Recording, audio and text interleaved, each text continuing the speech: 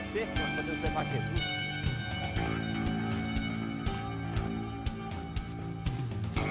Invista neste canal. Invista em um mundo melhor.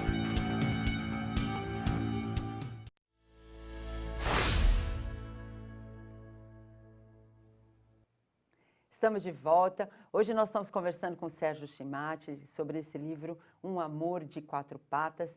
Mas antes de nós continuarmos essa conversa, gostaria de fazer a você um convite importante.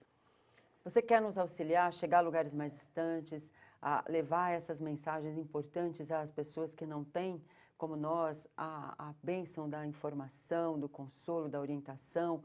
Quantas situações que nós vivenciamos e não entendemos por quê, e quando a gente consegue compreender um pouquinho da doutrina espírita, a gente passa por essas situações com mais facilidade. E você pode nos auxiliar a chegar a esses lugares e pessoas mais distantes, associando-se ao Clube Amigos da Boa Nova, 0800 12 1838, colabora conosco da forma que você pode. Você pode se associar, você pode fazer contribuições espontâneas, enfim, você pode convidar um amigo que ainda não é, se você já for sócio, 0800 12 1838 ou ainda amigosdaboanova.com.br/Espiritismo SOS. Você colabora para um mundo melhor, se felicita e felicita o mundo. Isso é muito importante na nossa vida. Agradecemos a sua colaboração. Bom, Sérgio, continuar falando desse livro que é um romance.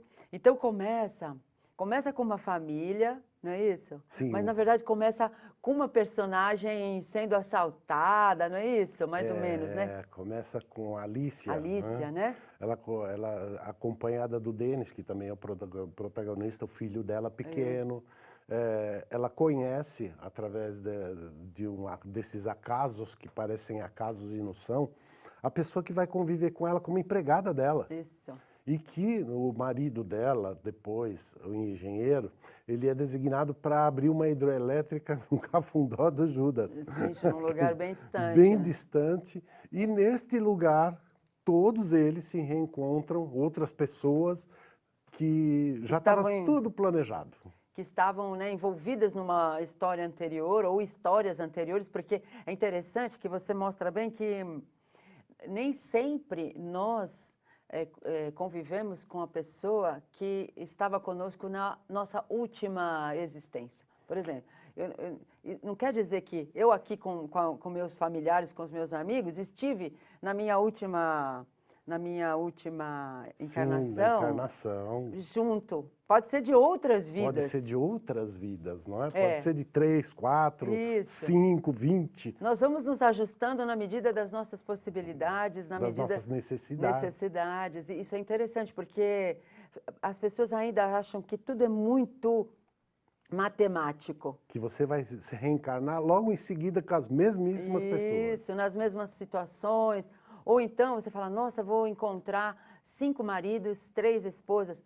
Não é bem assim, né? A gente encontra irmãos na espiritualidade e que aqui a gente vive funções ou vivemos personalidades que vão se ajustando a se tornarem uma família espiritual, né?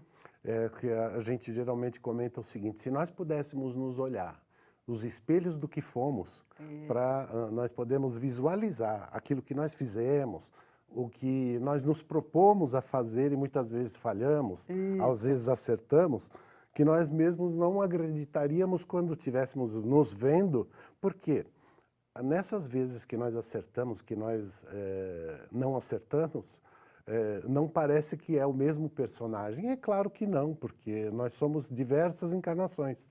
Então, agora é interessante que essa cadelinha está sempre na história, né?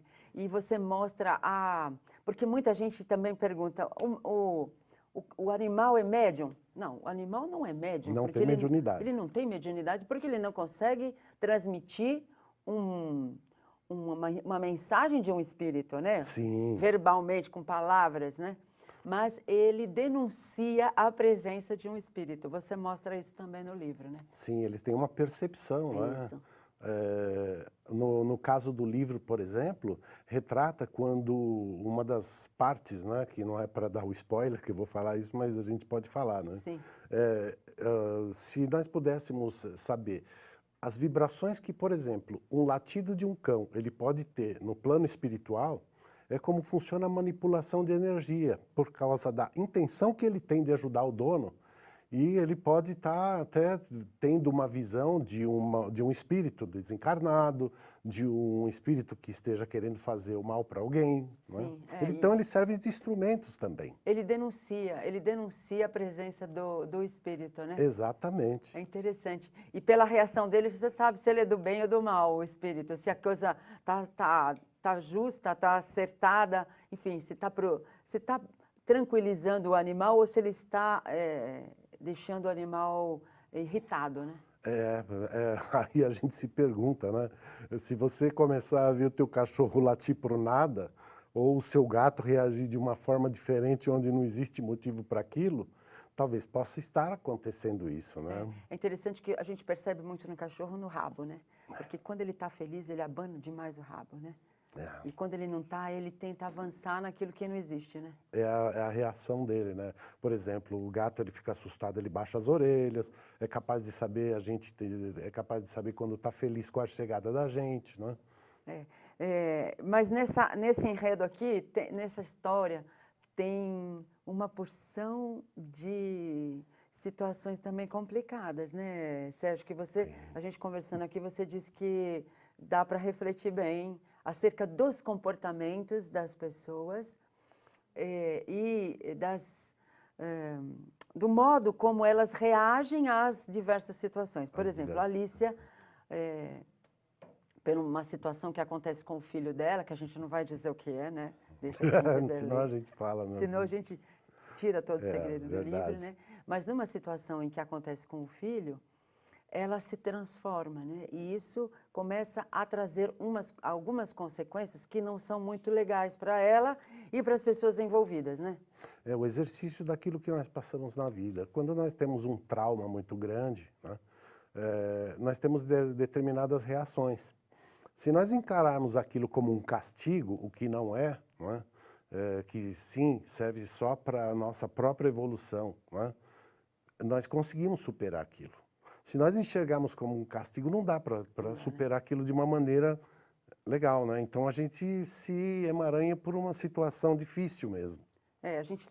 São lições que a gente pode usar no nosso dia a dia, né? Nosso Pegar a dia a dia. experiência do outro para usar para nós mesmos, né? Exatamente. Mas nós vamos continuar falando disso já já, porque nós vamos agora para mais um intervalo bem rapidinho. Fique aí nos esperando e nós já voltamos. Até já.